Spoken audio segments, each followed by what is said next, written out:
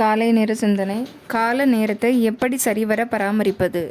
தனி மனிதனுக்கும் குடும்பத்துக்கும் சமுதாயத்துக்கும் தேசத்துக்கும் ஏன் உலகத்துக்குமே உருப்படும்படியான பொருளாக மாற்ற என்ன செய்ய வேண்டும்? இந்த ஆறாவது பூதமான நேரம் என்ற ஆற்றலை கையில் பிடித்து நிரந்தரமான பயனுள்ள பொருளாக மாற்ற மனிதரால் முடியும். நேரம் என்பது ஒரு ஆயுதம், சக்தி வாய்ந்த ஆற்றல் உள்ளது. நேரம் என்பது ஒரு ஞானம், மதிப்பீடு இல்லாத அரிய அறிவு. எங்கு தொடங்குவது, எப்படி தொடங்குவது?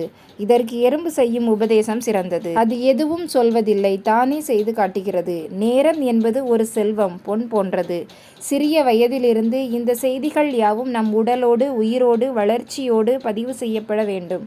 இந்த செல்வத்தை, ஆற்றலை, ஞானத்தை சிரைத்து சீரழிக்கும் சில வியாதிகள் அவை தவிர்க்கப்பட வேண்டும். 1. வீணாக்கி விரயமாக்குவது. 2. திட்டமில்லாது மனம் போன போக்கில் செயல்படுவது. 3. வாய்ப்பு, சந்தர்ப்பம், நேரம் வரும்போது தவற விடுவது. 4. தாமதம் எனும் இழிவான பழக்கத்தில் வீழ்வது. 5. காலம், நேரம், மீனம், மேசம் என பார்ப்பது. 6. நாளை, அப்புறம் என்று தள்ளி போடுவது. 7. அர்த்தமில்லாத பரபரப்பில் நேரத்தை சித்திரவதை செய்வது. 8. உண்டு உறங்கி சோம்பி கிடப்பது. 9. பலனில்லாத பயனில்லாத அற்ப செயல்களில் பொழுதுபோக்குவது. 10. தீய பழக்கங்களில் நேரத்தையும் வாழ்வையும் அழிப்பது. இந்த காத்திருப்பது என்பது ஒரு துருப்பிடித்த வியாதி. நேரம் பார்ப்பது, தள்ளி போடுவது, தாமதப்படுவது அது பெற்ற பிள்ளைகள். நீ வானவில்லுக்காக காத்திருக்கலாம், அது உனக்காக காத்திருக்காது. நாம் இன்னும் படுக்கையை விட்டு எழவில்லை என்று சுற்றும் சூரியனும் பூமியும் நின்று கொண்டிருக்காது. காலம் உனக்காக காத்திருக்காது. உன் காலச் சுவடுகள் கூட வராது என்பார் கவிஞர்.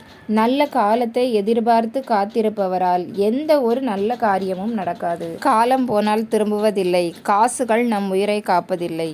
காலன் என்ற கொடுங்கோலன், அவன் கனப்பொழுதும் காத்திருப்பதில்லை. ஆன்றோர், அறிஞர் அனைவரும் காத்திருப்பது, தாமதப்படுத்துவது தவிர்க்கப்பட வேண்டியது என கோபத்துடன் எச்சரிக்கை செய்கிறார்கள். நினைவுக்கு வரும் நல்ல யோசனை கூட ஈ பறக்கும் நொடியில் மறந்து விடுகிறதே. சரியான செயல் செய்ய எல்லா நேரமும் சரியான நேரம்தானே. எந்நாளை விடவும் இந்நாள் நன்னாள் தானே.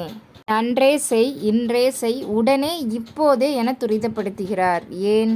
தள்ளி போடுவது, தாமதப்படுத்துவது, நேரம் பார்ப்பது, காத்திருப்பது, தாமதம் என்ற கிளைகள் யாவும் சோம்பல், அச்சம், நம்பிக்கையின்மை என்ற பெற்றோர் பெற்றெடுத்த பிள்ளைகள்.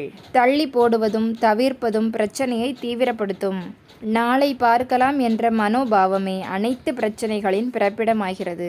தள்ளி போடும் ஒரு சிறிய செயல் கூட நாளை நமக்கு தொல்லை தரும் நோயாக கூடும். நாம் அனைவரும் நேரத்தை சரியாக பயன்படுத்துவோம். முகமலர்ச்சியோடும் நம்பிக்கையுடனும் எழுந்து புதிய நாளை துவங்க இறைவன் அருள் புரியட்டும். நல்லதே நினைப்போம், நல்லதே நடக்கும். நல்ல எண்ணங்களுடன் இன்றைய நாளை தொடங்குவோம்.